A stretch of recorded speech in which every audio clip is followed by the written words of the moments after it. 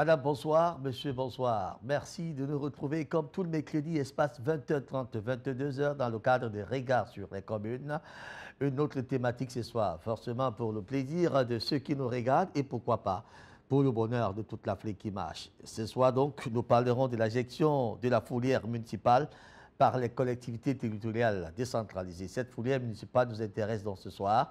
Nous allons mener la réflexion avec bien sûr nos panélistes, déjà, ou presque tous sur ce plateau. Ils sont déjà connus, hein, il faut dire, des téléspectateurs de regard sur les communes. Basile Togo est juriste, expert en développement local. Basile, bonsoir, et vous êtes également consultant de cette émission. Bonsoir et merci de nous rejoindre ce soir. Bonsoir Raoul, bonsoir mon copanéliste, bonsoir n'est-ce pas aux millions de téléspectateurs, n'est-ce pas, de Dash TV, notamment l'émission Regard sur les communes. C'est un plaisir d'être convié toujours ici à l'effet, n'est-ce pas, d'informer nos populations sur les questions qui touchent la décentralisation. Une émission qui mobilise tous les magistrats municipaux qui en ce moment précis sont en train de regarder pour s'instruire, pourquoi pas, pour les tenir quelques leçons et surtout s'armer davantage pour pouvoir diriger leur commune. Pourquoi? Et c'est d'ailleurs là que le développement commence. Alors, Talon Tobou, Luc René est également là, expert, il aime bien cette expression en qualité, hygiène, sécurité et environnement. C'est désormais ainsi que nous allons vous présenter. Monsieur Talon, bonsoir et merci de nous rejoindre. Bonsoir Raoul et bonsoir Basile, ainsi qu'à vos millions de téléspectateurs. C'est toujours un honneur pour nous de nous retrouver sur cette plateforme d'échange qui n'est pas ce qu'on rencontre au quotidien sur les chaînes de télé, parce qu'ici, de façon spécifique, on parle technique et on parle du quotidien de nos populations. Et nous nous osons croire, comme à l'accoutumée, qu'au sortir d'ici, tout citoyen lambda aura retenu quelque chose pour améliorer son quotidien et nos magistrats municipaux auront aussi bénéficié de notre modeste contribution pour la bonne conduite des affaires de leur collectivité territoriale décentralisée. Merci une fois de plus. Nous avons le pouvoir et nous prenons ça hautement. Alors Basile, on pourra peut-être commencer hein, sans attendre, sans aucune autre transition. On peut peut-être commencer. Alors, quand on parle de foulière municipale, qu'est-ce qu'on entend par foulière municipale? Oui, Raoul, c'est une question pertinente. Parce que la plupart de nos populations, de nos concitoyens entendent souvent, n'est-ce pas, ces termes. Il faut savoir que la fourrière municipale est un garage utilisé par les services municipaux à l'effet, n'est-ce pas, de parquer les véhicules soit abandonnés, soit des véhicules, n'est-ce pas, qui font l'objet d'une contravention, soit encore, n'est-ce pas, des véhicules qui font l'objet d'un abandon ou alors du matériel qui a été purement et simplement abandonné sous le fait, n'est-ce pas, des emprises publiques. Donc c'est ça, en principe, la définition d'une fourrière municipale. Maintenant, qu'est-ce que nous pouvons trouver dans une fourrière municipale? Dans une fourrière municipale, nous trouvons des voitures en divagation, comme je l'ai dit notamment. Nous trouvons des voitures qui ont fait l'objet d'une saisie suite à un contrôle. Par exemple, manquant, n'est-ce pas, certains éléments, des documents nécessaires pour pouvoir, n'est-ce pas, circuler. Nous pouvons aussi avoir dans la fourrière municipale des objets qui ont été abandonnés purement par les propriétaires qui encombrent la voie publique. Et l'article, la loi 2009-019 du 15 décembre 2009 portant un code portant fiscalité locale dispose que, dans son article 78 alinéa 1, dispose que nous pouvons aussi trouver les animaux en errance dans les fourrières municipales. Mais malheureusement, nous allons venir certainement dans le déroulement de notre analyse. Malheureusement, ce n'est pas encore une compétence qui est vécue ici, notamment au Cameroun, où nous pouvons trouver des animaux qui font l'objet d'une saisie dans les fourrières municipales. Mais c'est encadré et je pense que les dispositions légales prévoit que les animaux en errance, comme les chiens abandonnés que vous voyez, les chats, les moutons et autres, peuvent faire l'objet d'une saisie et être mis à la disposition de la fourrière municipale. De la fourrière municipale. Alors, vous ajoutez quelque chose là? Ce que je voulais ajouter surtout, c'est revenir sur le mot fourrière municipale et le pourquoi de son existence. Comment on fait pour arriver à la fourrière municipale? C'est surtout ça la question. Parce que si on rentre dans la réglementation de 91, pourtant réglementation sur l'immobilisation des véhicules dans les fourrières municipales, nous pouvons questionner une fois encore qu'est-ce que la fourrière municipale, qu'est-ce qui devait y aller et pourquoi y aller. Lorsqu'on se pose ces trois questions, il est évident de constater que dans notre contexte, c'est tout sauf presque la loi. Sauf la loi dans la mesure où la fourrière est définie comme cet espace qui doit accueillir des engins qui ne respectent, des engins, on peut dire, non conformes, qui ne disposent pas ci, qui ne disposent pas ça. Et malheureusement, dans notre contexte, la fourrière, généralement, pour arriver là-bas, c'est lorsque vous avez garé, vous avez mal garé. Combien de nos véhicules qui n'ont pas de frein, combien de nos véhicules où le conducteur n'avait pas de permis se sont retrouvés à la fourrière municipale. Maintenant, si on reste dans le système actuel, où la fourrière n'est que réservée aux véhicules qu'on a sabotés en route. Parce qu'en fait, voilà notre contexte. On a transformé la fourrière en lieu de parking des véhicules sabotés en route, si on peut dire ainsi. Mais quand on regarde toute la loi, oh, c'est une infime ligne qui voudrait dire si le véhicule a été abandonné pendant plusieurs jours, c'est en ce moment qu'on peut immobiliser ou alors transporter dans cette fourrière. Mais pourquoi même saboter ces véhicules? On se rend compte qu'au quotidien, les agents municipaux, qu'ils soient mandatés ou pas, se retrouvent dans les ruelles au quotidien pour faire la chasse des véhicules soi-disant mal garés. Si on doit donc définir les véhicules mal garés comme ces véhicules qui vont automatiquement payer une amende ou bien aller en fourrière municipale, la question revient donc sur la conception de nos infrastructures routières. Nous allons y arriver. N'entrons pas encore là-bas. Il faut qu'on aille progressivement. C'est vrai que nous parlons de la fourrière municipale. Il faut que les gens comprennent ce que c'est d'ailleurs la fourrière municipale. Vous avez défini ça tout à l'heure comme étant un dépotoir de véhicules, que ce soit des véhicules abandonnés ou des véhicules arrêtés, comme vous avez si bien mentionné tout à l'heure par les agents de la police municipale qui sont pratiquement en route tout le temps pour chasser les véhicules. Mais sauf que là aussi, on peut aussi arrêter des comptoirs, des beignets qui sont vendus un peu partout. Et même des beignets même, on a vu, hein, des marmites de nourriture que les femmes voient souvent cette police municipale transporter tout cela. Et on peut se demander, est-ce que la fourrière n'a pas qualité également à garder ces genres de choses, sauf qu'on n'a jamais vu ça là-bas. Si, j'ai dit tout à l'heure que la fourrière municipale peut faire l'objet, n'est-ce pas, des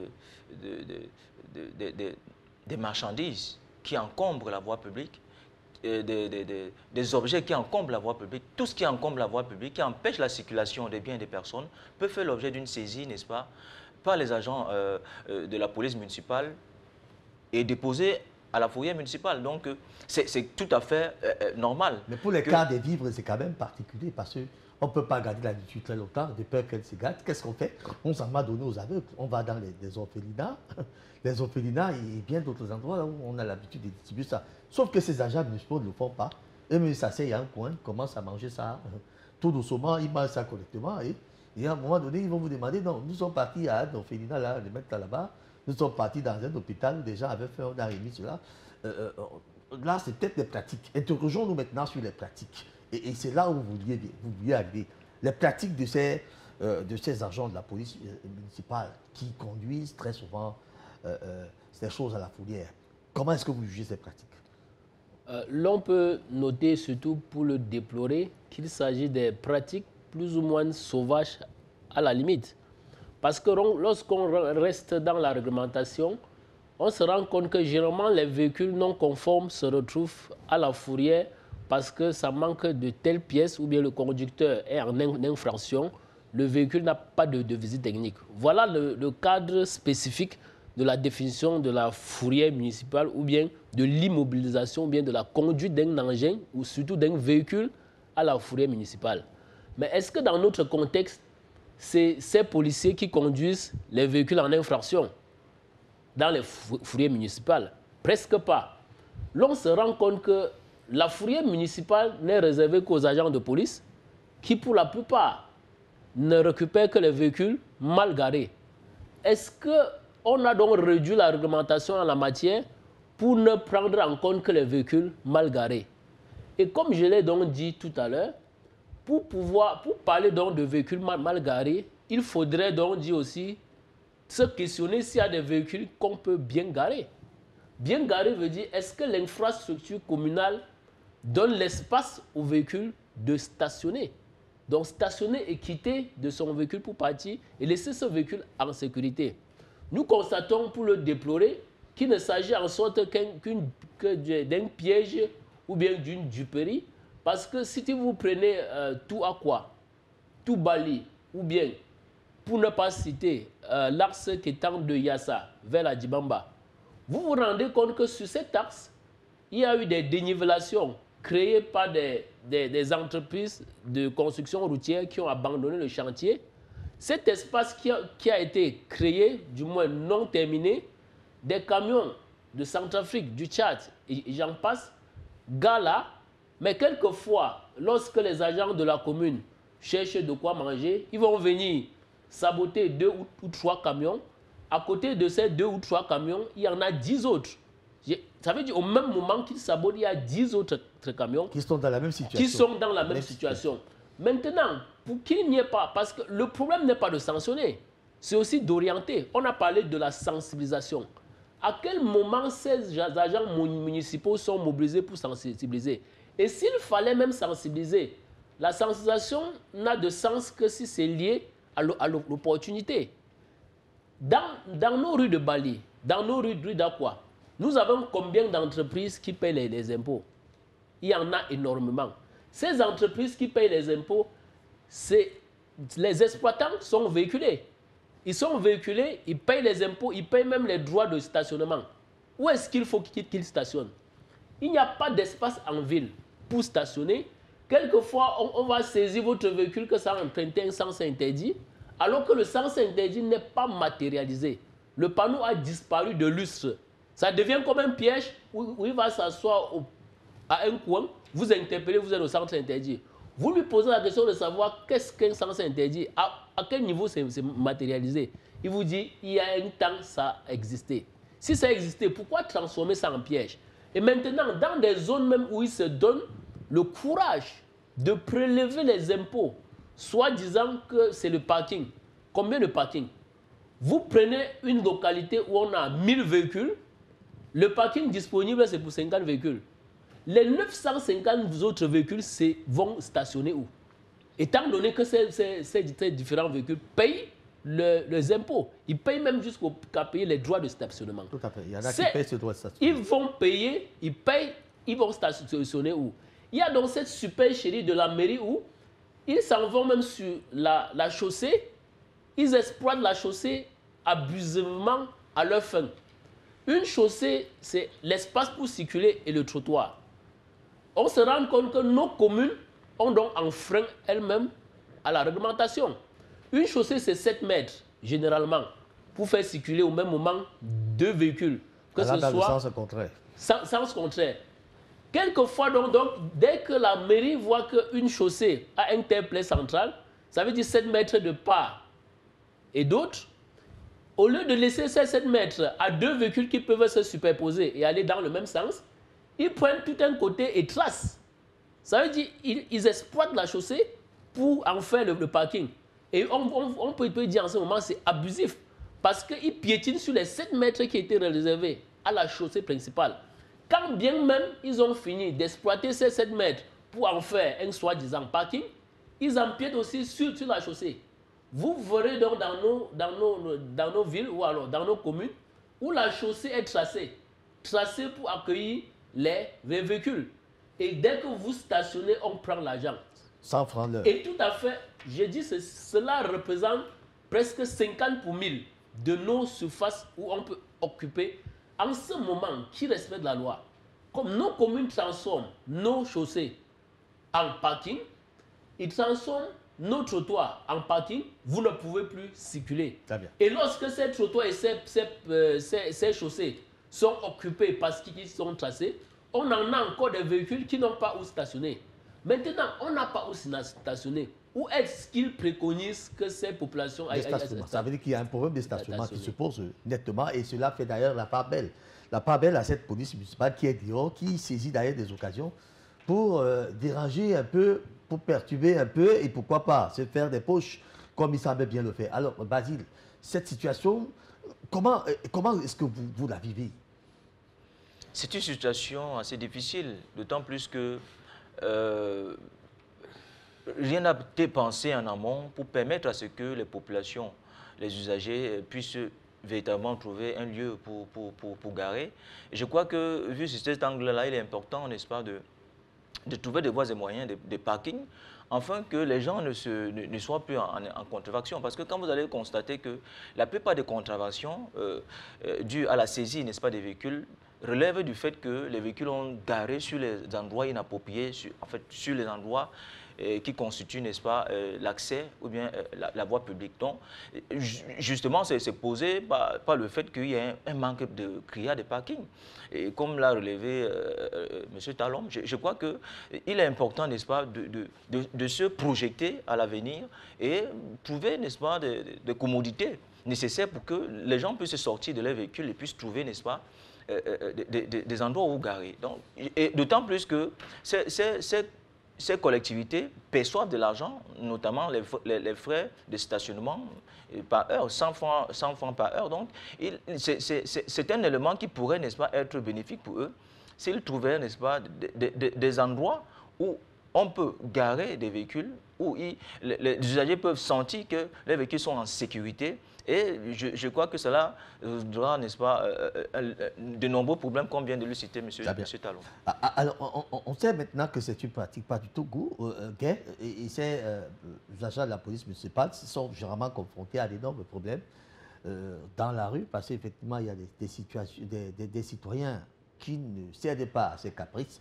Je vous suggère d'ailleurs de suivre un reportage qui, il y a de là quelques semaines maintenant, très proche d'ailleurs, il y a de là quelques semaines maintenant, où quelques militaires ont dû influencer les agents de la police municipale. C'était d'endroit à la première. Je vous suggère de suivre ça avec beaucoup d'attention.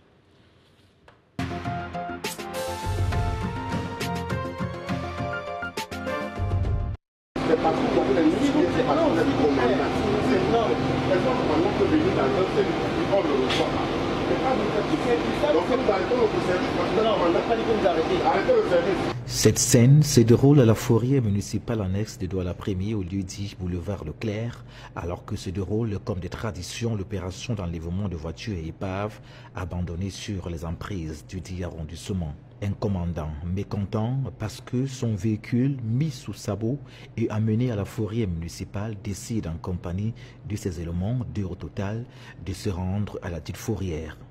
Une fois sur les lieux, les choses vont partir en vrille. Du moment que la personne vient maintenant, il se présente. Il se présente et il pose la voiture par.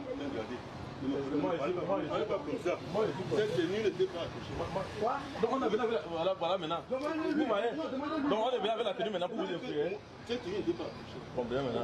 Et il s'agit de quoi en fin de compte? Il s'agit de quoi en fin de compte?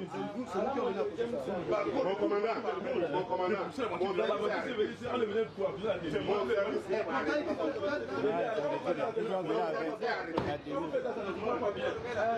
Un autre spectacle se produira dans les environs du rond-point 4e, non loin du commissariat du 4e arrondissement. Mais cette fois, il s'agit d'un civil qui, en plus de filmer, prendra à partie dans un premier temps les forces de l'ordre et de sécurité et en second temps les agents de la fourrière municipale au moment où ils engagent la procédure de mise en fourrière. Vous n'allez pas mener nulle part. Vous avez dit que vous l'avez filmé. Vous n'allez pas mener nulle part. Vous avez dit que vous l'avez filmé. Vous êtes journaliste. Vous pensez vous? Je vais le pousser.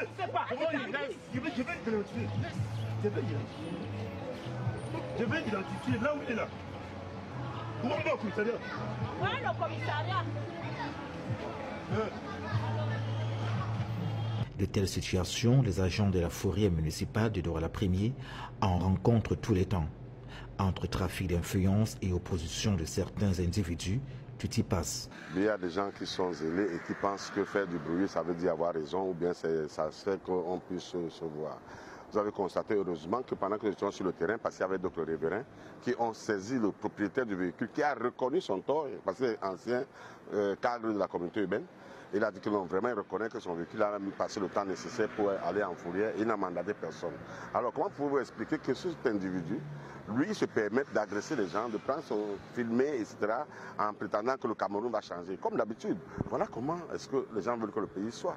Cette énième opération d'enlèvement de véhicules et épaves occupant anarchiquement les emprises a sillonné le dimanche 4 novembre 2019 les quartiers Nouvelle Route Bessengue, Bonakwawan et Rond-Point 4e.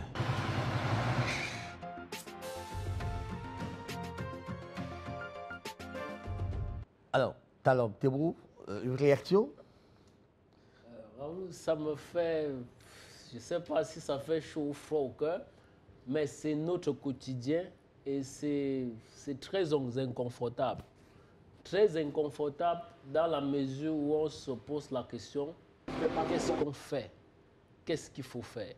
Ça rentre dans ce qu'on a déjà dit et qu'il faut noter quand même 2 points.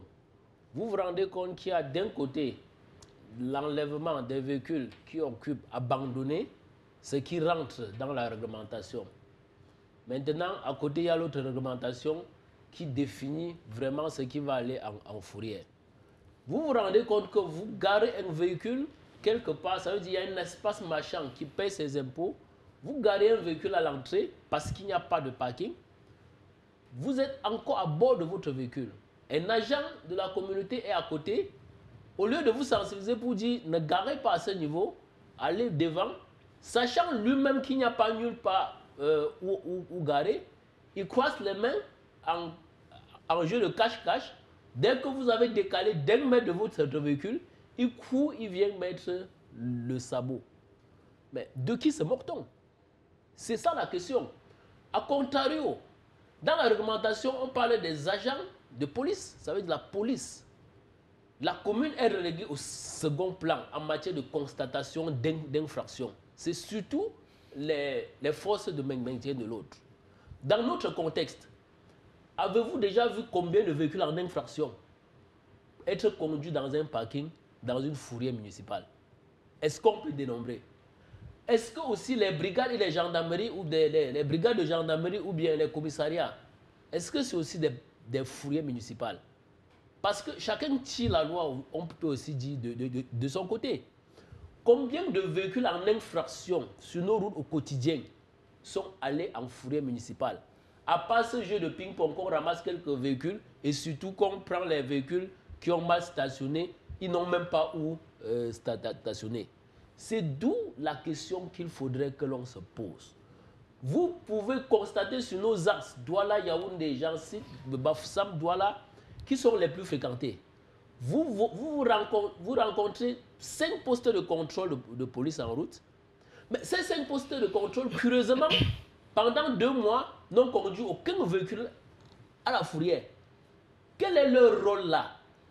Ne pas conduire de véhicules à la fourrière voudrait dire que tous les Camerounais, tous les usagers de la route sont conformes. Combien de nos véhicules sont conformes? Parce que vous vous rendez compte, sur ces différents points, ils ont souvent le radar. Le radar pour intercepter des véhicules qui roulent à vive allure. La réglementation peut-être n'a pas mis ça sauf que les radars ne conduisent pas en fourrière. Les radars ont une autre réglementation. Il y a une autre réglementation qui est liée à la sécurité routière. Tout à fait. Je rentre donc dans le cadre de l'immobilisation et de la mise en fourrière. Il est donc dit que si un véhicule, si un chauffeur conduit en état d'ivresse, on immobilise, après on conduit le véhicule en fourrière. Combien de véhicules ont été conduits en fourrière parce que le chauffeur n'a pas de permis de conduire, parce que le chauffeur est en état d'ivresse? Je crois que je n'ai pas encore vu. Combien de véhicules ont été conduits en fourrière parce que le véhicule n'a pas de frein, parce que sa visite technique n'existe pas? Alors, tout ce qui est en fourrière, ou bien n'a pas. Ce qui est en fourrière, je vous pose la question parce que vous vous rendez compte que régulièrement dans les gendarmeries ou bien les commissariats, ce que vous voyez parquer généralement là, ça relève très rarement d'un contrôle de conformité des véhicules. C'est généralement soit des véhicules victimes d'accidents ou alors des cas Des de véhicules véhicules volés. et tout le reste, Mais hein. combien de ces véhicules ont été conduits là-bas parce que c'est non conforme par rapport à la réglementation? Il s'ensuit donc ce phénomène de monnayage Vous voulez parler du phénomène de à tout corruption prix. La corruption qui a plombe. le vent en poupe et qui met la vie de nos populations au quotidien en danger parce que ces fourriers ne jouent pas le rôle de départ. Très bien. Alors, Basile et Togo, vous avez suivi dans ce reportage, on a quand même vu quelques échauffourées. On voulait comprendre les pratiques qui sont généralement exercées par ces agents de la fourrière municipale nécessitent quand même qu'on regarde s'ils ont besoin d'être formés aussi. Hein. Oui, à l'observation de cette vidéo, je voudrais d'abord faire une remarque avant de répondre à votre question liée à la formation des agents municipaux. Il faut savoir que la réglementation en vigueur dispose que seules les voitures de l'administration, les voitures de la sécurité, dont la police, gendarmerie, les voitures, les ambulances, ne peuvent pas faire l'objet, n'est-ce pas, d'une mise en fourrière. Tout autre véhicule, même si c'est le propriétaire est un homme en tenue, un officier de police ou autre, gendarmerie, il peut faire l'objet d'une mise en fourrière parce que c'est une voiture personnelle à titre personnel. Seules les voitures, n'est-ce pas, à usage public, ne peuvent pas faire l'objet d'une mise en fourrière. Maintenant, concernant la formation des agents municipaux, je pense que le décret de 2022, signé récemment par le chef de l'État, vient résoudre efficacement ce problème. Parlant de la police municipale, puisqu'on ne peut pas dissocier la police municipale et la fourrière municipale, puisque voilà, tout à fait, puisque les agents de la police municipale sont eux qui sont reversés, n'est-ce pas, pour le compte de la mairie au sein de la fourrière municipale, qui est, n'est-ce pas, sous l'autorité du maire. Mais c'est vrai que tous ne sont pas de la police municipale. Hein. On a vu quelques agents des fourrières qui ne font pas partie de la police municipale, mais ils sont des agents. La fourrière, ça veut dire que ceux qui attendent les véhicules sur place, je ne sais pas comment ça se passe. On a eu enquêté quelque part. Tous ne sont pas de la police municipale. C'est une faute. C'est une faute puisque ceux qui doivent travailler à la fourrière municipale doivent relever, n'est-ce pas, du personnel de la mairie, en principe. Donc, en ce qui concerne la formation, cette formation est nécessaire.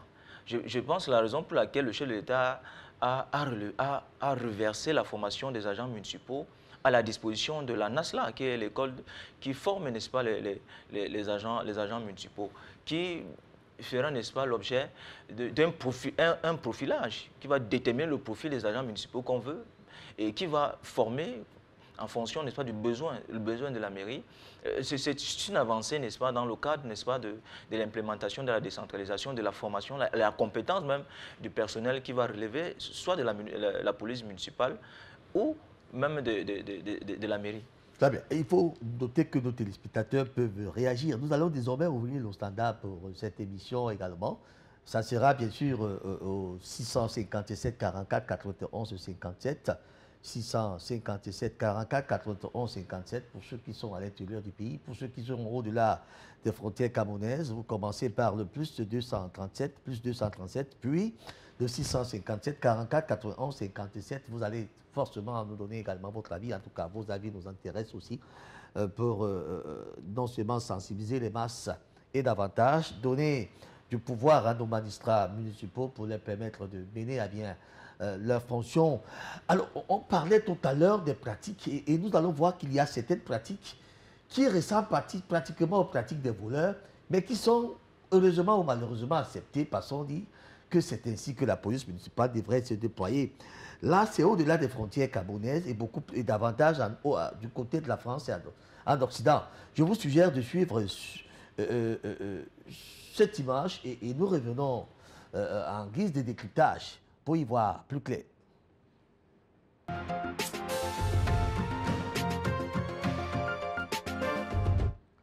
Alors, vous avez vu cette pratique-là tout à l'heure. Si c'était peut-être au Cameroun, on aurait dit, mais écoutez, vous êtes devenus des grands bandits, des grands voleurs. C'est des pratiques qui sont acceptables de l'autre côté. Mais ici, et parfois, il peut y avoir une mauvaise interprétation. Ces agents municipaux, en fait, ces agents de la fourrière, généralement, se transforment en des véritables bandits parce qu'en ouvrant ces véhicules de cette manière, le propriétaire revient après, vous dit que j'avais ceci, il n'y en a plus dedans. Qu'est-ce qui se passe? Est-ce que de là, on ne peut pas trouver un moyen, tout au moins, de sécuriser le véhicule, même s'il est en infraction? Quelle que soit la formule, déjà là-bas, je ne sais pas si c'est une réglementation, comme vous l'avez dit, qui encadre cela. Je doute fort d'une réglementation qui peut encadrer le vandalisme d'un véhicule, sous peu que ce véhicule soit mal garé. Vous voyez que quel que soit donc en Occident ou bien il faut l'ouvrir pour permettre à ce qu'on... Il faut l'ouvrir. Vous voyez que ces pratiques, tant en Occident qu'ici, il s'agit presque des mêmes pratiques. C'est comme si la fourrière municipale n'est réservée qu'aux véhicules mal garés. La question qu'on pourrait se poser là-bas, c'est que ces véhicules, s'ils n'étaient pas garés là-bas, où est-ce qu'on devait garer? Est-ce qu'il y a un parking à proximité pour pouvoir garer? Dans le plan infrastructurel de leur commune, tant là-bas qu'ici, est-ce que vous avez déjà vu une construction d'une route, un projet, même en avant-projet détaillé, qui prévoit le parking? Très rarement, ou bien presque pas. Si vous prenez l'axe de Yassa en passant par village jusqu'ici, vous allez voir la seule chose qu'on a réservée, c'est des stationnements bus, c'est des stationnements taxis. Avez-vous vu sur ce tronçon un parking? Alors qu'on traverse presque 2 marchés. Donc on traverse en quelque sorte 2 marchés sans parking. Mais ces mêmes agents communaux vont se déployer, surtout avec cette veille de rentrée scolaire où ils vont être encore plus fugueux, parce que cherchant peut-être l'argent de la rentrée scolaire de leurs enfants, au grand malheur des populations, je voudrais que l'on pense plutôt à la conception des villes durables en termes de la sécurité routière et de la sécurité matérielle. Très bien. Alors, Mathilde, est-ce qu'il ne faudra pas maintenant sensibiliser également les masses par rapport à ce garage? Vous évoquez un problème de garage, il n'y en a peut-être pas, mais on sait qu'on peut concilier les deux, c'est-à-dire sensibiliser les masses et que ces agents de la fourrière municipale, je voudrais dire, ces agents de la police municipale, puissent également être en route pour dire aux gens comment ils doivent garer. Est-ce que cela ne va pas tout au moins étouffer ces conflits que nous trouvons chaque jour lorsque nous sommes sur le passage? Écoutez, Raoul, je pense que c'est la première mission même de la police municipale, qui est la sensibilisation, la communication sur la réglementation en vigueur au sein de la collectivité territoriale décentralisée. Il est question, n'est-ce pas, de sensibiliser les usagers sur les places que doivent, n'est-ce pas, occuper véritablement les véhicules qui sont garés, la manière de les garer, le temps, n'est-ce pas, s'il y a une réglementation sur le temps qui peut permettre à ce qu'un véhicule soit garé, ainsi que la sécurité même des véhicules, puisque un usager qui se sent en sécurité, qui sent son véhicule en sécurité sur un point, forcément, il viendra toujours garer sur ce point-là. Je crois que sur cet angle-là, je pense que ce sont des lacunes que nous constatons, notamment au niveau de la gestion et le fonctionnement de la police municipale, qui, ma foi, se présente plutôt comme une police de répression. Il a tendance à mettre plutôt des embuscades. Difficilement, vous allez voir un agent de la police municipale venir vous demander de ne pas garer là parce que c'est un point qui est interdit. Mais rapidement, vous allez voir que dès que vous sortez de votre véhicule, vous ne ferez même pas 2 minutes, que vous revenez directement, vous allez voir un sabot. Quand est-ce qu'il est venu là pour mettre le sabot? Forcément, il était aux alentours. Donc, les agents de la police municipale se comportent malheureusement comme des brigandiers, des gens qui sont plutôt à la recherche de la rentabilité de la caisse municipale. On a comme impression qu'ils se font payer en route, qu'ils n'ont peut-être pas de salaire là-bas, et on leur dit, allez vous faire payer en route, arrêtez les véhicules comme vous voulez, attaquez-les, ce n'est pas un souci. De là maintenant, Talontou, on est quand même face à une situation qu'il faudra voir de fond en comble. Regardons d'ailleurs ces fourrières municipales, comment sont-elles disposées? Est-ce que vous avez déjà trouvé une fourrière municipale disposée à notre avec un véhicule qui entre quand même, qui se sent bien sécurisé, quelles que soient les années que le véhicule mettra là, que ce véhicule soit tout de même en sécurité? Quand on regarde, par exemple, nos fourrières, on a comme impression que c'est des dépotoirs, tout simplement des dépotoirs, au même titre que des voiries, au même titre que des voiries où les gens jettent des ordures. L'impression que nous avons. Est-ce que dans ces maires, pourtant qui tirent beaucoup d'argent de ces fourrières municipales, ne devraient pas intégrer dans leur comportement cette notion d'encadrer, de construire quand même des fourrières municipales assez intéressantes. Raoul, il faut noter cette absence de synergie d'action dans la pensée et la pratique. Lorsque le ministère de l'Habitat ou bien le ministère des Travaux publics pense à la conception d'une chaussée, de la voirie, est-ce que l'on associe la commune? Presque pas. On vient construire la route, on donne à la commune, sans prévoir le parking, sans rien prévoir. La commune reste se démerder à occuper une partie de cette chaussée et le trottoir pour en faire le parking. Si on prend l'autre angle, vous voyez qu'en quelque sorte, c'est comme une guerre d'intérêt. Il est dit dans l'arrêté de 23 juin 1991 que c'est la police, ça veut dire les forces de maintien de l'ordre, certainement en compagnie avec les agents municipaux qui vont mener cette opération. Donc, lorsque vous êtes en infraction, et je vous répète encore, l'infraction qui est liée au mauvais stationnement, c'est la toute dernière des infractions. L'infraction est surtout liée au véhicule en lui-même ou alors à son conducteur. Il y en a qui n'ont pas d'assurance, par exemple. Il y en a qui n'ont pas d'assurance. Il y en a qui suffit. Le conducteur n'a pas de permis. Ok. Si on relève dans ce point, vous vous rendez donc compte que c'est une guerre de positionnement juteux. La police ou la gendarmerie ne veut pas se mettre ensemble avec la commune parce qu'on peut noter là une guerre d'intérêt. Si la police prend un véhicule en infraction et conduit à la fourrière, s'il faut faire le monnayage, qui encaisse l'argent? La mairie encaisse l'argent. La police qui est d'un autre département ministériel ou bien la gendarmerie, ils sont délaissés. Il se trouve donc que chacun crée sa fourrière. Et créer leur fourrière, l'objectif n'est pas de conduire les délinquants routiers. Non, créer la fourrière pour eux, ce n'est qu'une vue de l'esprit. C'est un jus. Parce que si en route... C'est un business juteux. C'est un business très juteux et que si on ne peut pas sortir de ce paradigme pour redonner la lettre d'ordre de ce qu'on appelle fourrière, nous en serons toujours là. Et pour penser donc fourrière, quelle commune à Douala dans la phase d'urbanisation? Nous avons l'urbanisation qui se prolonge du côté de Yassa, ça part jusqu'à Québec déjà, à PK17, PK21. La commune a pensé se doter de quel titre foncier là-bas pour créer un parking?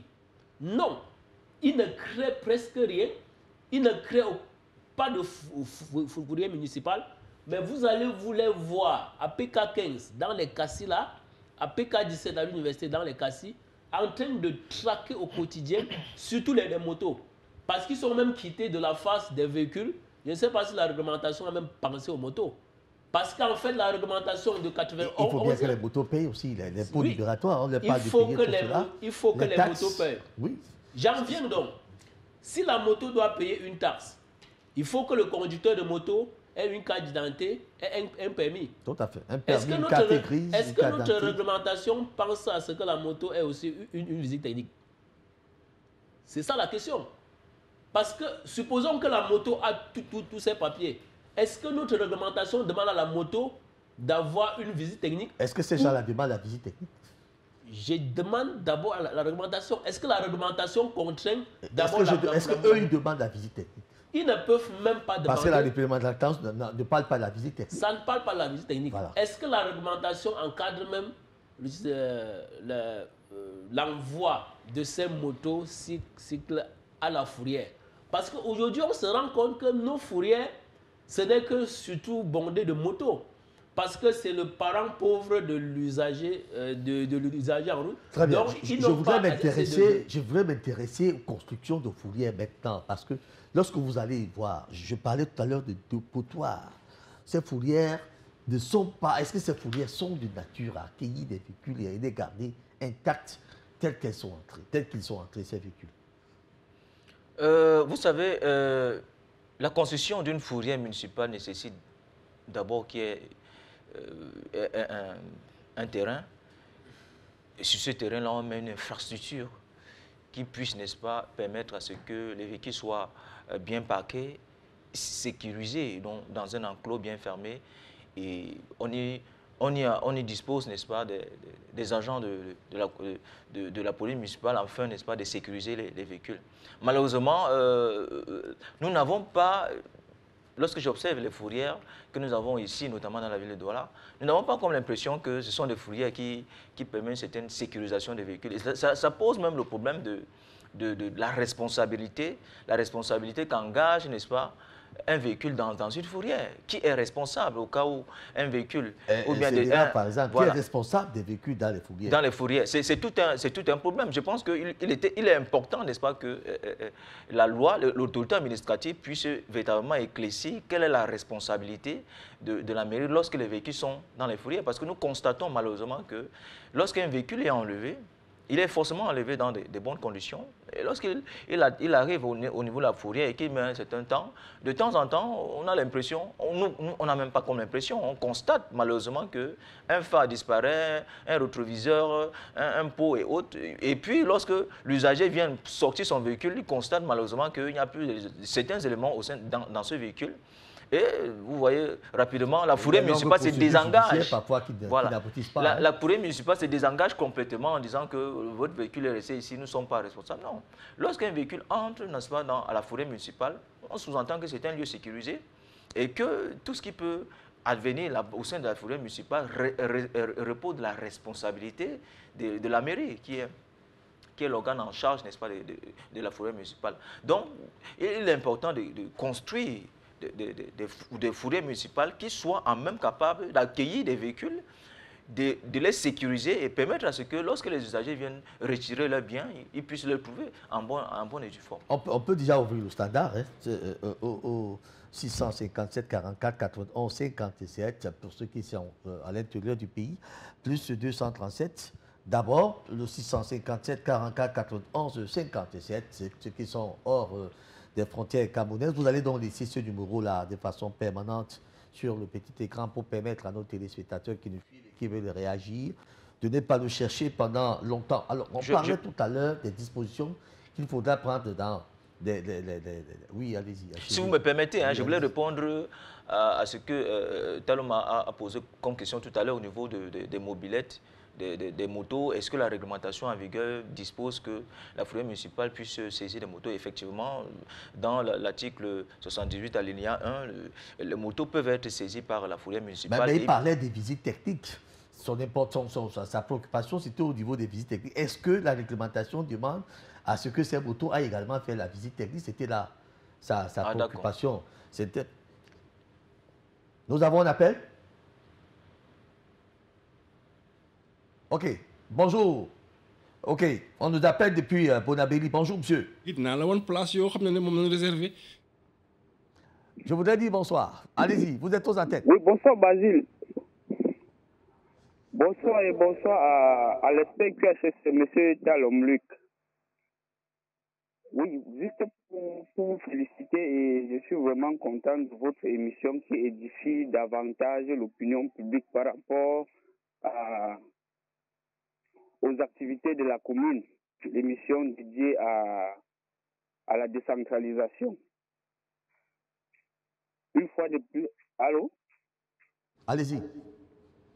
Oui, une fois de plus, je voulais juste vous féliciter de cette émission que je qualifierais désormais d'émission républicaine. Puisque vous touchez vraiment du doigt les réalités que nous subissons. Moi, par exemple, au niveau de Bonabéri, nous avons du mal à pouvoir traverser à cause de la police municipale qui prennent d'assaut le rond-point qu'on appelle généralement Bounasama. Nous n'arrivons pas à traverser parce que je conduis la moto. Traverser jusqu'en ville, c'est vraiment très pénible. Les pièces que les agents de la mairie demandent sont vraiment au-delà des capacités que nous pouvons avoir. Quelqu'un qui a peut-être une moto qui ne coûte pas 100 000 francs, on demande des papiers qui vont au-delà de 80 000. Est-ce que c'est possible d'avoir tous ces papiers-là? Donc vraiment, je suis content de votre émission, aller de l'avant pour que l'opinion publique soit sensibilisée. Et je pense que qu'est-ce que je veux dire? J'ai j'espère que le décret du chef de l'État de la dernière fois va siffler la fin de la récréation par rapport à cette torture que nous avons, nous les citoyens, nous avons au quotidien. Vraiment aller de l'avant. Bonsoir particulier à M. Talon. Merci beaucoup de nous avoir appelés depuis Bonabéry. Alors, on parlait tout à l'heure des conséquences, en fait.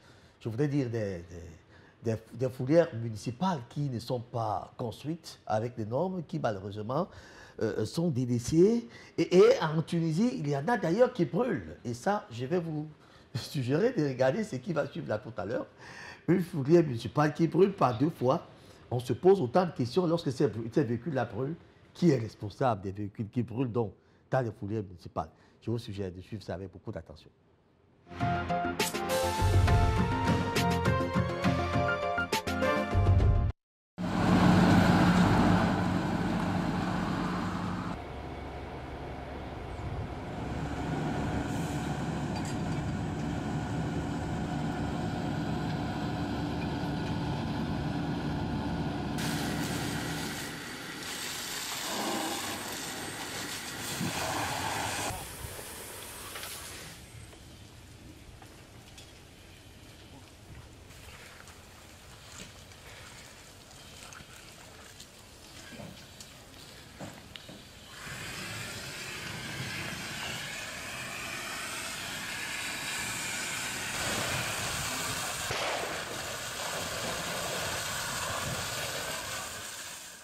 Dites-moi, en moins d'une semaine, 2 incendies chez vous, se passe quoi ici exactement?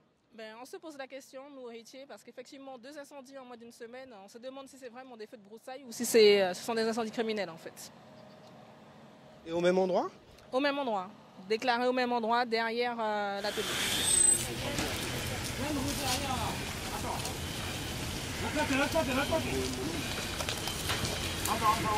On est en présence d'un feu généralisé, c'est ça? Alors, plusieurs véhicules embrasés dans la broussaille. Des véhicules abandonnés qui sont embrasés. Là, le feu est maîtrisé. Oui, le feu est maîtrisé. On sait de quoi il s'agit, comment c'est parti? On ne sait pas. Là, on est arrivé en constatation de feu de végétation avec plusieurs véhicules embrasés. Ça fait 2 fois en moins d'une semaine? Ça fait 2 fois qu'on intervient dans la semaine, oui. C'est normal? Aucune idée, mais là, ça fait 2 fois qu'on est sollicité, 2 fois qu'on vient.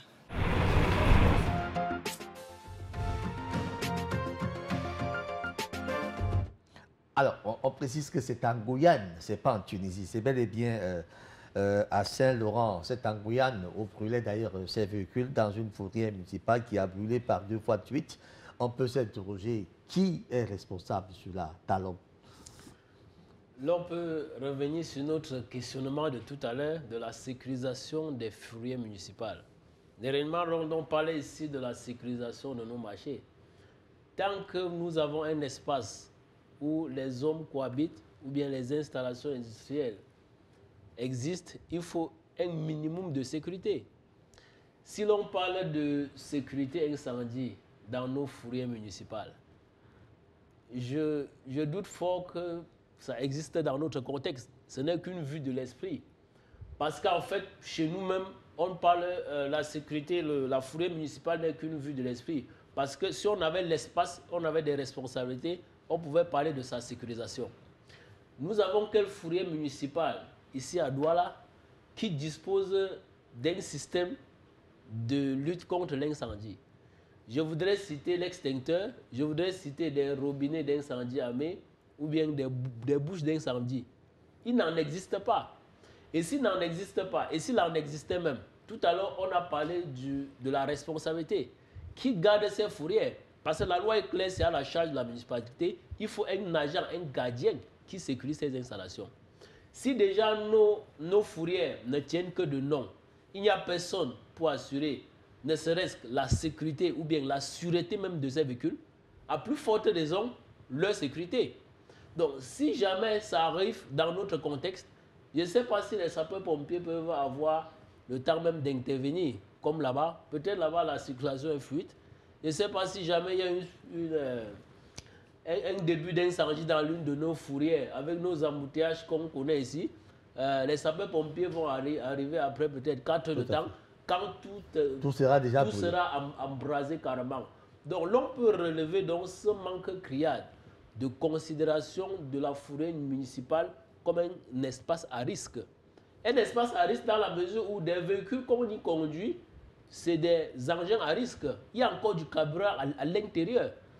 La batterie est encore connectée. Ça veut dire que tout est réuni pour qu'il y ait un incendie.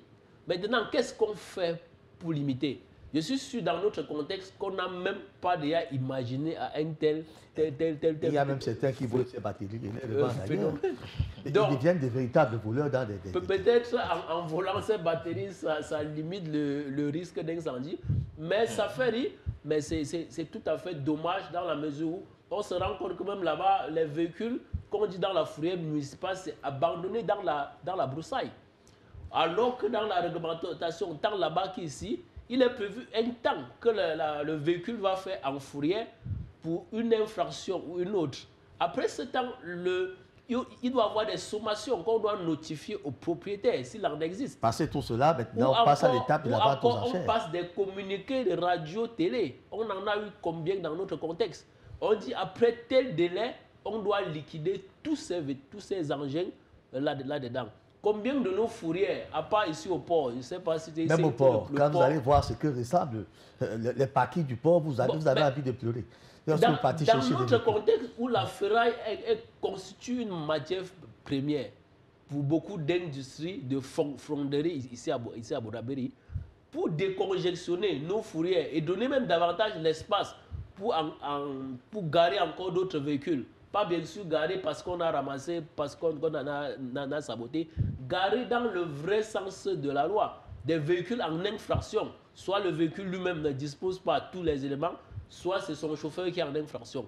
Pas de véhicule qu'on piège les gens pour saboter de part et d'autre, pour se renflouer les poches. Renflouer les caisses, tout à fait. Alors, oui, chuter rapidement. Donc, pour chuter, je pense et j'ai la conviction de croire que nos fourrières municipales, si ça existait, devaient constituer des espaces à risque et qu'il faudrait prendre des dispositions assez précises sur le plan de leur sécurisation et de leur sûreté. Très bien. Alors, lorsque vous faites un tour à la fourrière municipale de Douala-Cinquième, par exemple, là où j'habite, franchement dit, vous confondez cela à un garage qui a été abandonné dans une broussaille toute terrible. Et on vous dit que c'est une fourrière, les véhicules des gens sont arrêtés, etc. Vous allez voir quelques individus qui sont assis là, ils vous regardent venir, et vous posent des questions. Monsieur, vous êtes venu retirer quel véhicule? C'est ce qui entre dans leur tête. Alors, Basile, pourquoi ces maires, j'aime bien à dire ces maires, ces magistrats municipaux, ne s'intéressent pas particulièrement à la gestion normale des fourrières municipales? Ça ne leur donne pas de l'argent? Si, les fourrières municipales... Ou bien ces agents ne vont pas dans leur caisse directement, c'est peut-être ceux qui travaillent directement là sur le terrain qui en reçoivent autant. Les fourrières municipales, lorsque nous citons, nous voyons les frais qui relèvent, n'est-ce pas, déjà de l'enlèvement des véhicules et du paiement, n'est-ce pas, des fourrières, du fait que le véhicule a mis du temps au sein de la fourrière municipale. Lorsque nous voyons ces frais-là, nous comprenons aisément que ça rapporte de l'argent. Pour preuve, en ce qui concerne les véhicules, la loi de 2009 dispose dans son article 79, alinéa 1, que les véhicules lourds... Laissez-moi prendre cet appel depuis Ngaoundéré. Monsieur Sab nous suit en ce moment. Monsieur, bonsoir et bienvenue sur Regard sur les communes. Bonsoir, chers représentateurs. Allez-y, on vous écoute. C'est une émission que moi je trouve bien à un point nommé où le problème est déjà posé sur la table sur la notion de la décentralisation. Et nous apprécions beaucoup vos émissions ici à Ngaoundéré parce que cette émission, cette chaîne nous édifie beaucoup plus sur le quoi, le problème auquel souvent les communes sont victimes. Et vraiment, nous vous tirons un coup de chapeau et que le bon Dieu fait en sorte que cette chaîne perdure parce qu'elle nous éclaircit, sans vous mentir. Les cours qu'on dispense souvent en cours, il y a un manquement. Et grâce à vos émissions, avec le procès que vous nous apportez, il nous éclaircit beaucoup plus sur les problèmes liés au niveau de la gestion à la base au niveau des différentes communes ici dans notre beau pays, le Cameroun. Oui. Vraiment, vous êtes en train de poser un problème lié à la sécurisation de nos marchés. C'est vrai que ce problème est criant parce qu'il y a une négligence. Peut-être qu'il faut apporter une nouvelle politique de gestion et revoir aussi tous les rouages, les problèmes que beaucoup en savent. Souvent, pourquoi ne pas faire dans chaque marché comme solution, pourquoi ne pas faire dans chaque marché un robinet qui pourra permettre peut-être d'aller attendre jusqu'à ce que les plombiers arrivent, et un robinet qui pourra nous pour réduire la tâche avant que les secoureurs, les pompiers n'arrivent en second recours. Juste ça. Sinon, mais avec toutes les mesures qu'on pourra prendre pour sécuriser nos marchés locaux, il serait difficile. Ce sont des hommes qui y vont et chacun va comme il le pense. Et du coup, il n'est pas facile avec des installations qu'on a de part et d'autre que de faire des installations sous-sol. Vous voyez que tous les courants passent en haut et ça pose des problèmes, c'est pas facile. Il y a un grand travail à y faire. Vraiment, grâce à vos émissions, vous nous donnez beaucoup de lumière. S'il y a une possibilité, c'est d'exercer, d'appeler tout le maire de brancher sur votre chaîne, le regard sur les communes, une émission très édifiante, une chaîne très édifiante qui nous ouvre une grande porte. Je vous remercie et surtout, merci pour m'avoir laissé ce temps et qui n'est pas si facile. Merci beaucoup. Nous allons dire un bonsoir particulier à ces populations de Gaoudéré qui nous suivent en ce moment. Merci, monsieur, d'avoir appelé. En tout cas, c'est désormais ainsi. Hein. Tous les mercredis à 20h30, vous avez le pouvoir. Vous pouvez vous aussi contribuer à cette émission, pourquoi pas. Nous sensibilisons les masses pour le développement du Cameroun, de l'Afrique tout entière. Alors, vous citez très rapidement. Oui, j'étais en train de dire que la loi de 2009 dispose dans son article 79 alinéa 1 que les véhicules lourds et les engins payent les droits de parking qui varient de 10 000 à 50 000 et les véhicules simples, c'est 5 000 à 15 000 francs. Donc, avec les frais de manutention, d'enlèvement de véhicules pour la fourrière municipale et, n'est-ce pas, les frais de magasinage des véhicules au sein de la fourrière municipale, vous voyez que ça dispose énormément d'argent pour la mairie. Et avec cela, je pense que la mairie, le magistrat municipal ne devrait pas, n'est-ce pas, négliger l'entretien, n'est-ce pas, de la voirie municipale. Ne serait-ce qu'en termes de désherbage, en termes de gestion de l'hygiène, n'est-ce pas, pour que les gens qui viennent, qui y vivent, qui y travaillent, puissent, n'est-ce pas, avoir une certaine santé corporelle qui puisse les permettre de mieux être outillés, de travailler dans des conditions acceptables. Malheureusement, ce n'est pas le cas. Pourquoi il faut se poser la question? Parce que, généralement, nous avons l'impression... Ils aiment encaisser, mais ils ne dépensent pas. Voilà, nous avons l'impression que les frais qui relèvent de la gestion de la forêt municipale ne vont pas tous dans les caisses de la mairie.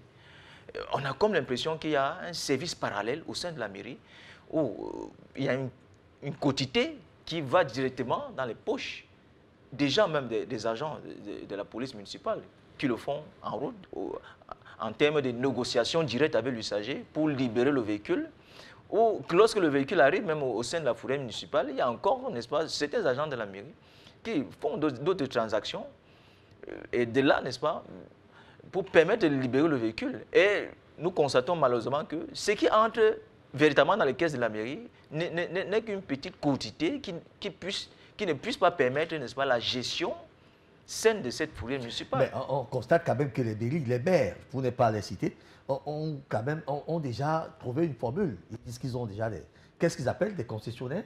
Des concessionnaires, oui. Voilà. Nous allons revenir la même question. On prend donc un cousin, on dit que, ok, voilà, désormais, tu te constitues un concessionnaire de cette fourrière municipale, tu me verses seulement 100 000 francs tous les fins du mois, et pendant que tu verses dans les caisses 100 000 francs, il faut que tu viennes me donner à la maison 200 000 francs CFA. 200 000 francs CFA, le reste, je ne veux pas regarder ce que tu gagnes là-bas. Et ces gens-là font du n'importe quoi, un bordel terrible. Et ils prennent des véhicules maintenant, et font tout ce qu'ils veulent faire de ces véhicules. Ils volent d'ailleurs tout ce qui se trouve dans les véhicules, et détruisent des véhicules qui ne sont plus à l'état dont ils ont récupéré, et puis s'arrange à prendre tout véhicule, que vous soyez mal garé ou bien garé. Il faut seulement qu'il puisse trouver un lapsus pour vous prendre. Oui, vas-y. Oui, je voulais chuter en disant que, pour revenir sur ce que vous venez de dire, que la loi de 2019 dispose dans son article 46 alinéa 2 que la mairie peut disposer, n'est-ce pas, la forêt municipale à un concessionnaire par fémage ou bien créer une régie intéressée. Donc, malheureusement, nous constatons que, en ce qui concerne les concessionnaires, on donne à un membre de la famille et on signe avec le concessionnaire en question une petite convention qui ne puisse pas permettre à ce que la mairie puisse entretenir la forêt municipale. Mais il faut quand même relever que, quelle que soit la façon, le mode de gestion de la forêt municipale, ceux qui y travaillent, ce sont des agents municipaux, ils relèvent, n'est-ce pas, de la mairie. Donc, ils ne devraient pas, en principe, se trouver au sein de la forêt municipale, que ce soit en concession, que ce soit en affirmage, quelqu'un d'autre qu'un personnel de la mairie. C'est donc bizarre, oui, Talon. Ce que je voulais noter là pour surtout le déplorer, c'est le fait que, bien sûr, nous avons des amendes. Mais est-ce que ces amendes devaient être seulement au profit de la communauté ou bien la commune? Je ne sais pas trop. Ces amendes devaient profiter également à qui? Si l'on reste dans le cadre juridique, suivant l'arrêté de 23 juin 91, qui parle donc des amendes, donc si c'était organisé dans la mesure où c'est l'agent de sûreté, donc la police ou la gendarmerie, accompagné de quelqu'un de la mairie, qui saisissait les véhicules sur la route pour infractions majeures. Pas des infractions fantaisistes à l'instar de mauvais stationnement dont on parle. Infraction majeure veut dire ça touche la sécurité publique, ça touche la sécurité routière. Il parle du désordre urbain. Ça, c'est le désordre urbain. Oui. Tout à fait. Est-ce que dans la réglementation, c'était ça le point majeur? Parce que le désordre urbain, là, on parle d'un civisme. Mais s'il faut sensibiliser quelqu'un, c'est lui montrer l'orientation. Vous l'avez relevé comme on l'a relevé ici. Il s'agit juste d'un piège. Content. L'arrêté, c'est que lorsqu'il a mis le sabot sur votre véhicule, il ne part pas très loin. Il est à côté. Il ne permet même pas ce que vous vous rendez dans la mairie pour payer. Parce qu'en payant là-bas, la mairie va même profiter quelque chose. Et tout à côté, ils se font des petits groupes de délinquants, je peux excuser le terme, de petits groupes de délinquants, pour pouvoir torturer les usagers. Dès qu'il a mis le sabot, il reste aux alentours. Dès que vous vous postez là, observez 5 minutes, il va apparaître. Comme il apparaît, c'est pour vous dire qu'est-ce qu'on fait. Vous lui tendez un 5 000 francs ou un 10 000 francs en fonction de la taille du véhicule. Il enlève le sabot du véhicule et le véhicule reste à la position exacte. Le véhicule n'a pas bougé. Ça a résolu en quoi le problème? Et pendant ce temps, il a pris son agent et ça va. Il a pris son agent. Il ne cherche plus à dire que, bon, monsieur, s'il vous plaît, garez bien ces véhicules-là. Il ne peut même pas le dire. Quand vous prenez l'axe de Yassa, la chaussée que l'entreprise en charge de la construction a créée et que c'est en état piteux et qui crée même plutôt les accidents parce que ça crée une dénivellation sur la chaussée principale où les camions tombent là chaque jour. Comme le camion n'est pas tombé, dès que le camion entre par lui-même pour stationner là, on vient mettre le sabot. On ne sait pas à quel moment on paye. Parce que c'est sur place qu'on paye. Comme il y a une dizaine, une centaine de camions là, dès qu'il a enlevé le sabot sur X, il cherchait Y. Il cherche Y juste à côté, il remet, il passe toute la journée donc à collectionner. Donc le matin à 10h, vous passez, il y a un véhicule qui a le sabot. À 11h, ce véhicule n'a plus le sabot, c'est plutôt l'autre véhicule qui a le sabot. Et les véhicules sont restés là, sur place. C'est resté sur place. Est-ce que donc ces sabots ont même pour vocation de pouvoir assainir la ville comme on veut nous faire? Alors on peut se demander que font donc les magistrats municipaux quand un travail de ce genre-là est fait devant leurs yeux? Ils ne peuvent pas nous dire qu'ils ne sont pas quand même au courant de tout ce qui se passe là-dedans. Je me demande même si ces sabots, s'ils sont souvent en mission. Réellement, je ne sais pas s'ils sont en mission et qu'ils ont des comptes rendus qu'ils font chaque jour. Parce que vous ne pouvez pas mettre des gens en mission chaque jour. À l'instar de la rue de Yassa, chaque jour, les camions sont garés à la même position. Il y a les sabots sur ça chaque jour. Vous vous rendez compte comment? Parce que rendre compte voudrait dire cette situation n'est pas inhérente aux usagers. C'est lié au manque d'espace pour stationner. Maintenant, est-ce que ces gens même pensent à la conception sécurisée de nos villes? Est-ce qu'ils ont même intégré le plan d'aménagement d'un parking? C'est encore la corruption, malheureusement. Alors, on va constater qu'il y a des gens récalcitrants aussi qui ne laissent pas souvent se faire, hein, qui ne se laissent pas souvent faire, s'il vous plaît, qui ne se laissent pas faire, qui veulent même parfois défier ces gens de la police municipale. Et on va voir un peu. C'est une image qui m'a tellement intéressé parce qu'elle vient de ces pays occidentaux, précisément en France. On nous dit que là-bas, c'est des valeurs, des bonnes valeurs. Ce sont des pays développés qui ne sont pas censés avoir des comportements voyous, mais sauf qu'il y en a malheureusement. Vous allez suivre cela avec beaucoup d'attention.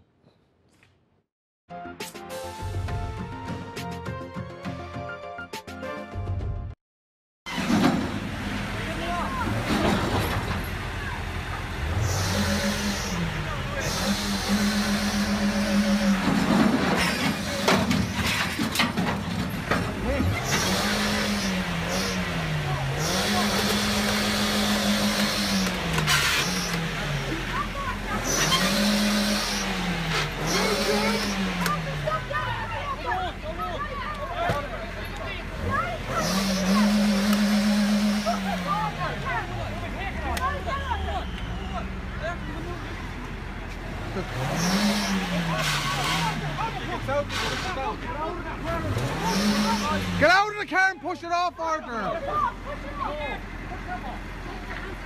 Get out of there because you're going to get taken and moved. Don't put your hands in the shit.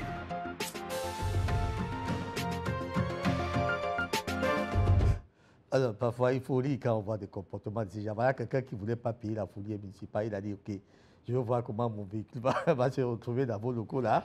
Il a voulu forcer. Et je me suis demandé si finalement il n'y avait pas ces chaînes-là, le véhicule allait faire comment? Il allait sauter avec ces véhicules-là pour se retrouver de cette manière. Basile de Togo, imaginons-vous. Des comportements de ces gens, on peut quand même se dire, peut-être qu'ils en ont marre. Hein? Oui, malheureusement, cela relève de l'incivisme de certains usagers. Je pense qu'il faut quand même respecter les agents de la police municipale parce qu'ils représentent l'ordre public au sein de la mairie dans laquelle ils ont pour compétence. Et je crois que des pareils actes pourraient arriver au pire parce que, comme vous l'avez bien vu, il aurait fallu seulement que son véhicule saute de là et que certainement le pire serait arrivé. Mais je voulais ajouter un peu, avant de sortir de là, sur un élément sur lequel vous avez évoqué tout à l'heure concernant l'heure de travail des agents de la police municipale. La loi dispose que la police municipale travaille de 8h à 18h. Donc on va à l'intervalle dans lequel, n'est-ce pas, un agent de police municipale est censé travailler. À moins, n'est-ce pas, que ce soit un agent qui a été jusqu'à 18h. Jusqu'à 18h, c'est l'heure normale. Donc pas plus de 18h. Un agent de la police municipale ne devrait pas être en service après 18h. Donc ça veut dire que si un agent de la police municipale interpelle votre véhicule ou bien va enlever votre véhicule après 18h, il a une infraction. Est-ce que c'est seulement des véhicules qu'ils sont censés faire? Il y a des établissements scolaires là, on ne les a jamais vus se placer devant ces établissements scolaires pour permettre aux enfants de traverser la route. On ne les a jamais vus diriger même les routes devant leurs circonférences. Mais on les trouve tout le temps en train de courir après les motos, après les véhicules. Mais c'est quoi cette histoire? Ça commence quand même déjà à gêner. Est-ce que l'autorité de ce pays a perdu pratiquement son pouvoir pour ne pas réglementer cette situation? Parce que ça commence à jaser. Ce matin, en sortant de chez moi, j'ai dû séparer deux bagarres. La première bagarre, c'est que quelqu'un s'élève à 6h, ça va sceller une boutique.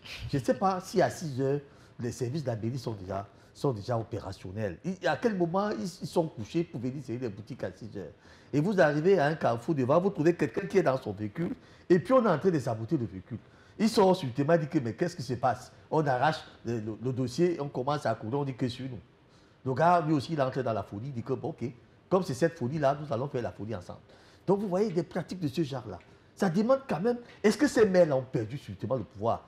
Parfois, on a comme impression que, comme ces gens-là ne sont pas jamais payés, les salaires, même, vous allez voir, c'est 50 000, 35 000, 40 000. Et comme on ne parvient même pas à leur donner ça, on leur donne la latitude d'aller faire tout ce qu'ils veulent là dehors, pourvu qu'ils ne viennent pas gréver à la mairie pour dire que vraiment nous attendons un salaire. Et si on disait tout simplement qu'on annulait ça? Vous allez vous rendre compte règlement, certains maires, que ce soit à Yaoundé, règlement le maire de la ville ou bien le maire de Soton, ou bien le préfet même du département de Fundi, à plusieurs reprises, a suspendu les Tout à fait, les activités de la police municipale.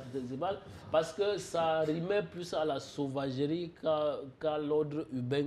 Donc, les activités sont censées faire. Cela, il faudrait à un niveau que l'on se questionne. Se questionner pour dire quel est l'impact, quel est l'apport de cette chasse aux sorcières démesurée. Dans la mesure où ils vont vous dire même qu'ils donnent des dérogations pour travailler des dimanches. Donc le service, arrêter les véhicules sur les chaussées ou bien mettre les sabots est devenu subitement un travail si urgent, si important qu'il faut donner des dérogations. Les dérogations voudraient dire travailler en marge des exigences en place. Donc si la commune dit on travaille de telle heure à telle heure ou bien la réglementation, on se donne la largesse de donner des dérogations. Donc un maire peut donner des dérogations dans un pays où on a défini l'heure de travail. Ok, on donne des dérogations. C'est pour quel impact? L'impact, je voudrais dire, quand on part dans les marchés au quotidien... Alors, avant de continuer, Basile, votre information, j'aimerais bien la vérifier. Lorsque vous allez dans les mairies, les communes d'arrondissement, après 15 heures, vous trouvez presque personne. Le service qui est encore là, c'est ceux qui attendent, ceux qui viennent bouchailler, corrompre un peu. Parce qu'ils vous disent que le travail, ça finit à 15 heures. Ils vous disent ça de façon officielle. Mais vos tests qui partent de 8h à 18h, là, je ne sais pas, je vais les vérifier, je ne sais pas là, vous les prenez. Les tests qui partent de 8h à 18h, je n'ai jamais vu des services de la mairie ouverts encore à 18h.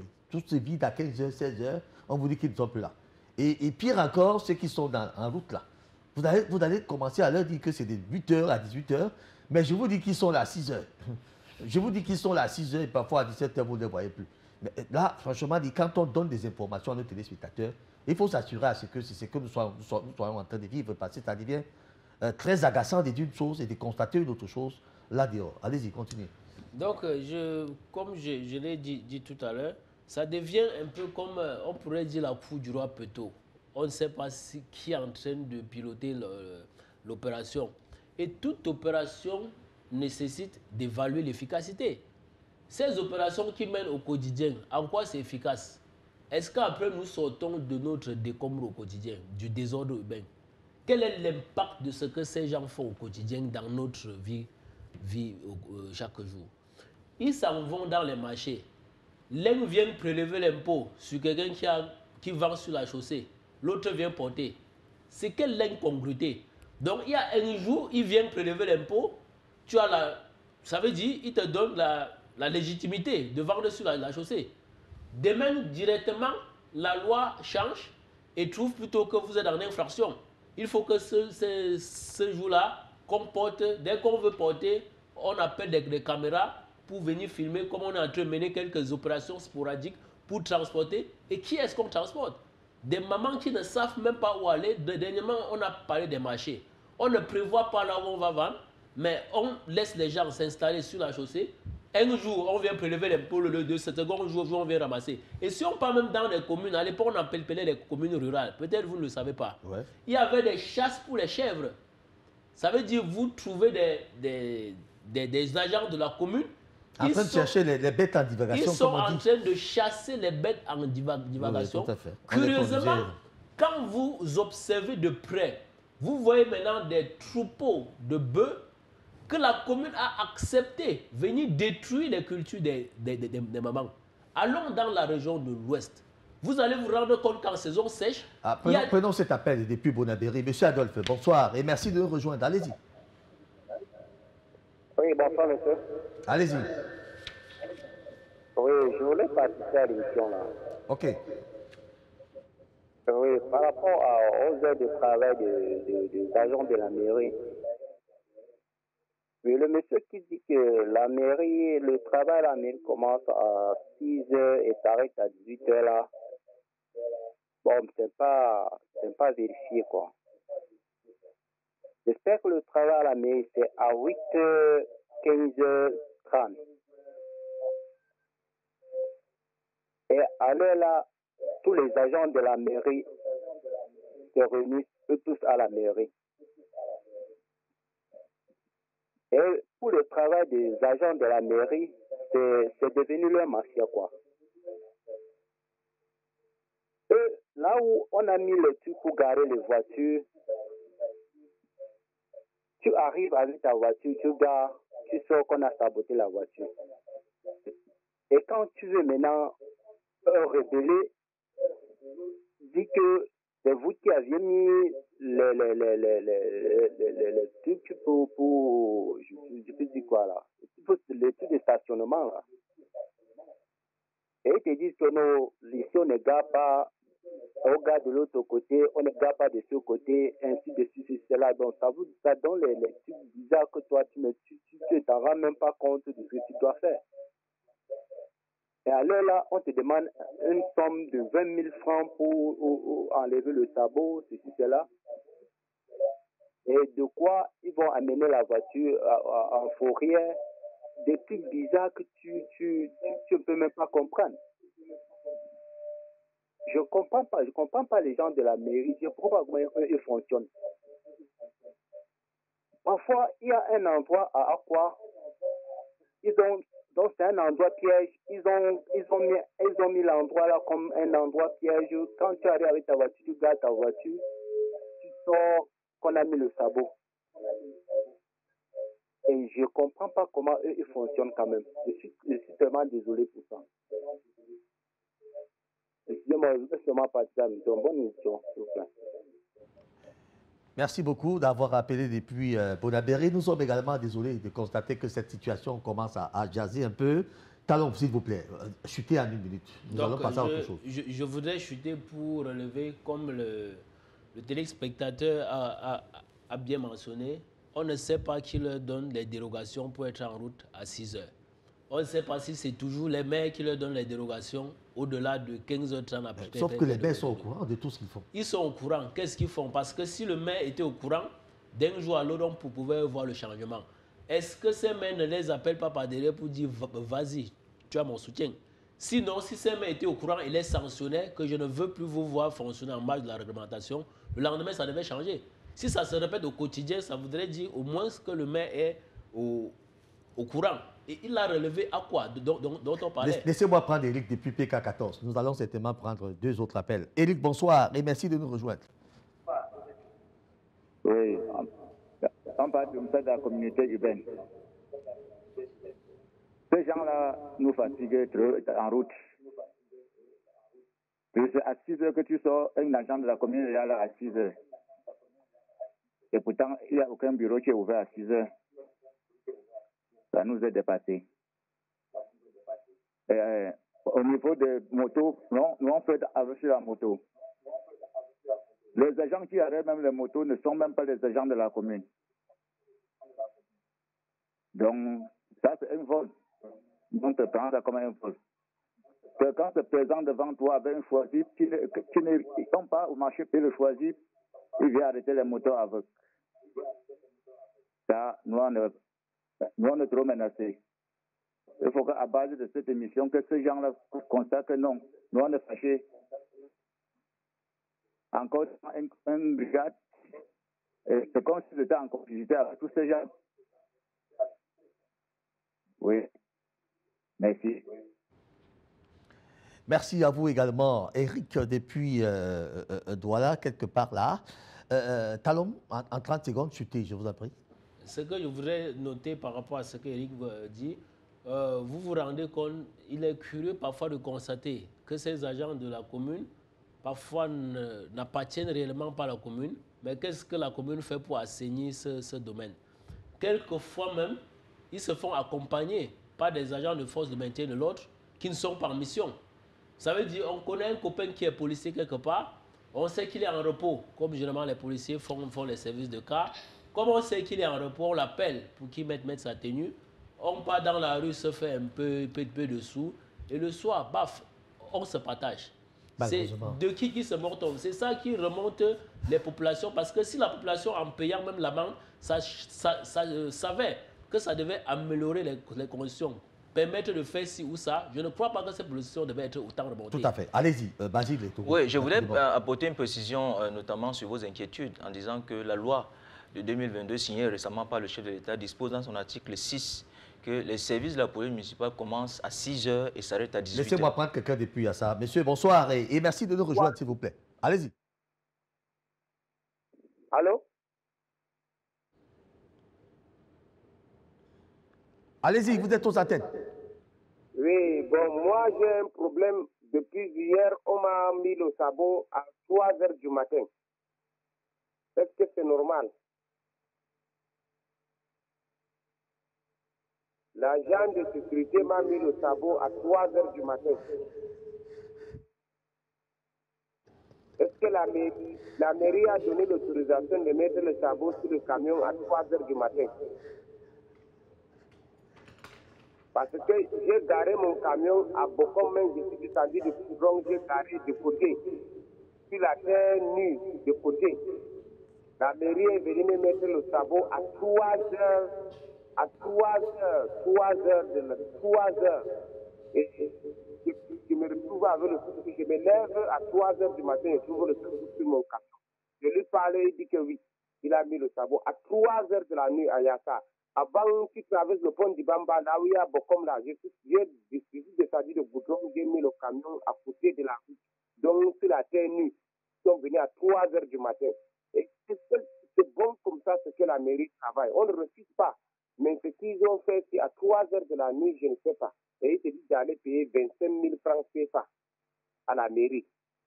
Et je sais que ici, le Cameroun, à partir de 8 heures que tous les bureaux se ouvrent. Maintenant, on me met le sabot à 3 heures du matin. Est-ce que c'est bon? Je vais demander, vous, les experts, à vous m'expliquer un peu. Parce que nous voyageons trop, on part au Tchad, on revient ici au Cameroun, on est en Centrafrique, on revient ici au Cameroun. En Centrafrique, on ne nous met pas le sabot comme ça, là, comme au Cameroun. Le Cameroun est bien civilisé plus que les autres. Donc, quand on fait comme ça, là, est-ce que c'est bon? C'est ça que je voulais vous demander, les experts qui sont sur la ligne. Merci beaucoup pour cette question. Alors, Basile, est-ce qu'à 3 heures du matin, on met les sabots? Oui, je voulais d'abord... Non. Est-ce qu'à 3 heures du matin, on met les sabots, s'il vous plaît? Non, 3 heures du matin n'est pas une heure normale pour mettre les sabots. J'ai dit, la loi de 2022/354, qui a été signée récemment, dispose dans son article 6 que l'exercice de la police municipale commence à 6 heures et ça reste à 18 heures. Sauf... Maintenant, qui est l'Aubert qui gère la zone de Yassa? C'est un peu curieux, je crois. Qui est l'Aubert qui gère la zone de Yassa? Allez-y, ne mâchez pas les mots. C'est le maire de la mairie de Douala 3e. Voilà, il s'appelle Ipoupa. C'est Ipoupa. Valentin Ipoupa. S'il vous plaît, monsieur Valentin Ipoupa, mettez de l'ordre là-bas. Ça commence à jaser. Vous êtes en train de nous suivre et vous entendez bien comment ces téléspectateurs sont en train de se plaindre. Vos agents mettent des sabots à 3 heures du matin. Ce n'est pas normal, s'il vous plaît. C'est Cameroun qui vous a donné du pouvoir pour que vous travaillez pour ce pays. Et non laisser des gens faire du n'importe quoi. Essayez de résoudre cette situation, sinon les Camerounais vont finir par se fâcher et vous allez être responsable de tout ce qui va se passer là-bas. On a Sangou depuis l'aéroport. Monsieur Sangou, bonsoir et bienvenue à... Il y a notre plan de l'agence, on a fermé mon taxi. Alors je me suis arrêté et eu prévision.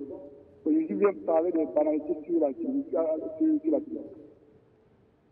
Mais nous, on va pratiquer le plan, il faut dire à ces gars à côté de si les chefs de faire ce qu'on a, nous, on va faire le plan, c'est-à-dire on va faire le désordre pour eux-mêmes. Il est en train de parler pour la télé. Il est en train de demander sur les histoires de diable. Je dis, le monsieur, il m'a pris 10 000 francs à l'époque. Je lui remarque très bien. Et il vient parler quoi devant les voitures. Il faut qu'il se méfie pour les gens, les Camerounais sourds. Il y a 6 heures, 8 heures, il faut que de 6 heures, et que les bureaux ouvrent à 8 heures.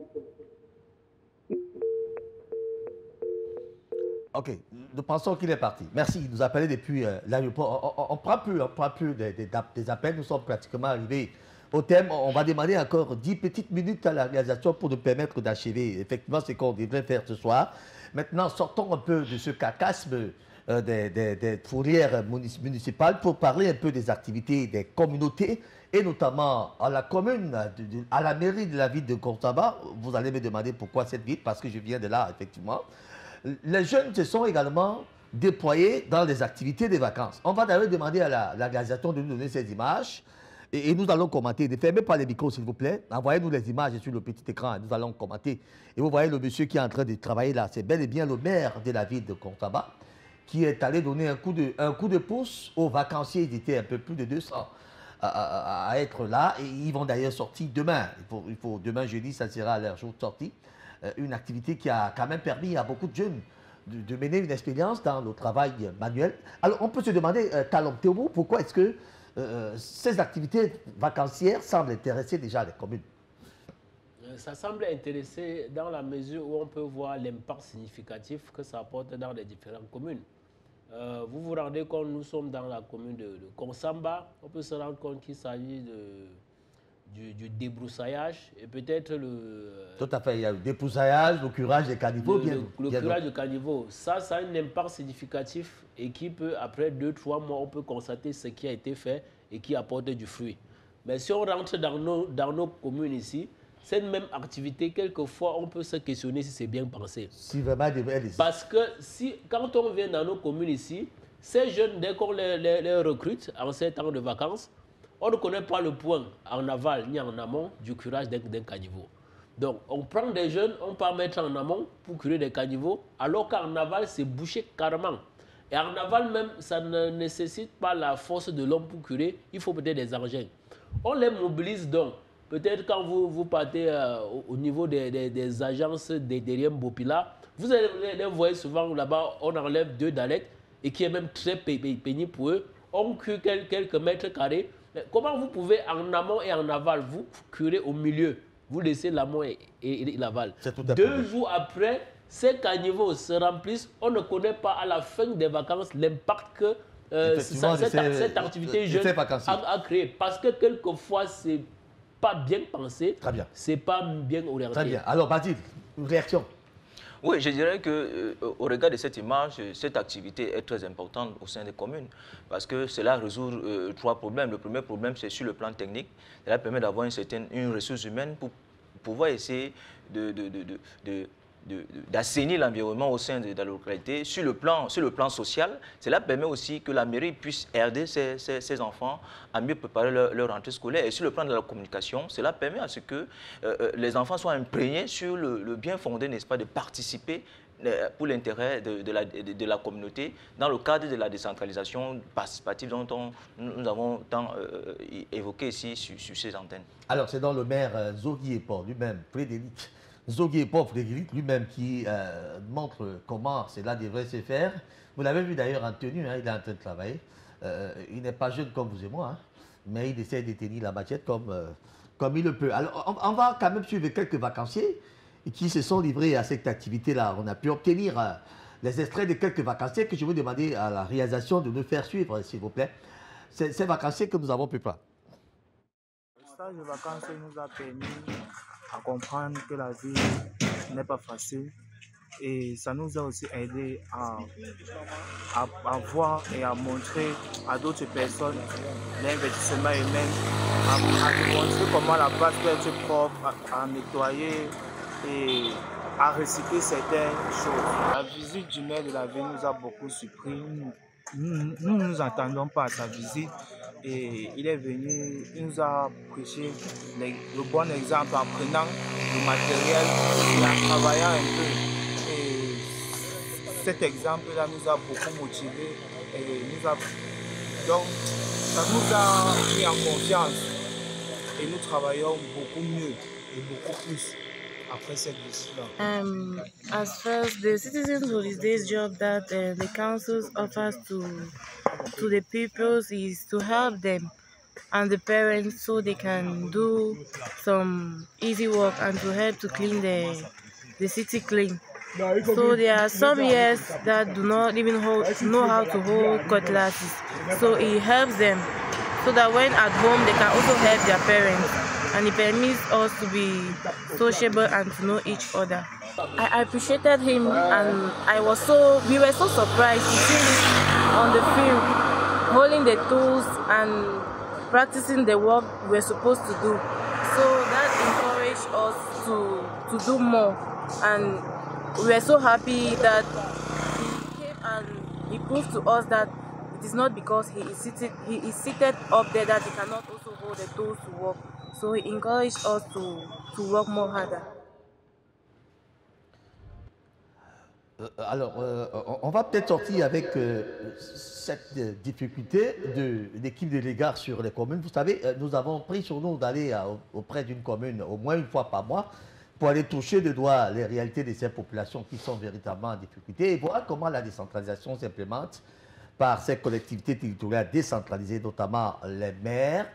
Et nous étions la dernière fois à Boumniobel, dans la commune de Gokmapoubi, bien entendu, et nous avons eu quelques difficultés que nous avons voulu partager avec nos téléspectateurs parce que, voyez-vous, nous sommes devant ou derrière les écrans, mais nous faisons un travail parfois au risque même de nos vies pour vous satisfaire. Je vous suggère de suivre cela. Ne fermez pas les micros, nous allons commenter tout cela. On va suivre ça en image. On va les faire profiter. Non, on va le prouver là-bas. Il va...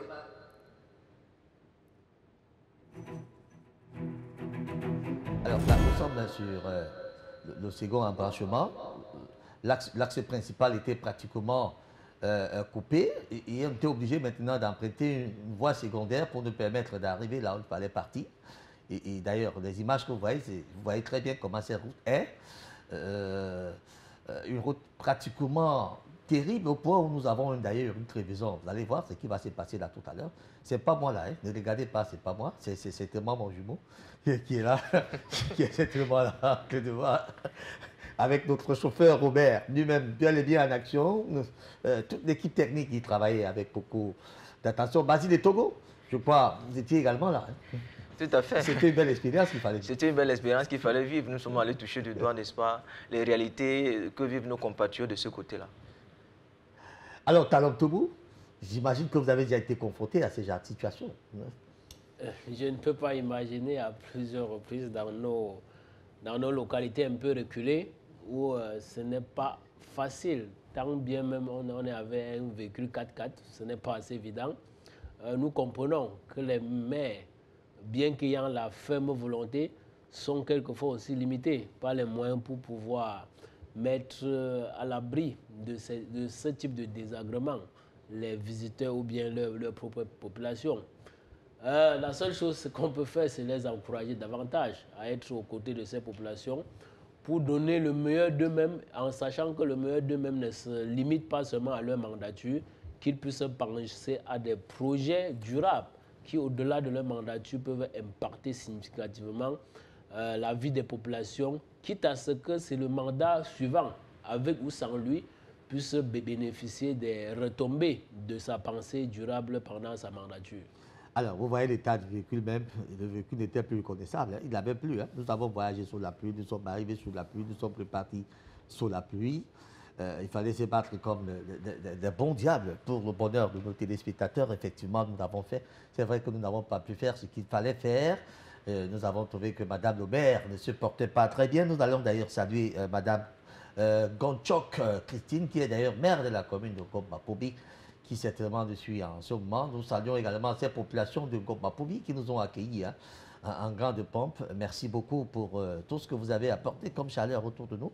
Ça nous donne encore beaucoup de force pour nous permettre de faire ce que nous faisons, sensibiliser les masses, pourquoi pas, donner un peu de force à nos magistrats municipaux pour mener à bien le développement, car l'émergence d'ici 2035 passera forcément par les communes et pourquoi pas l'essentiel par les communes.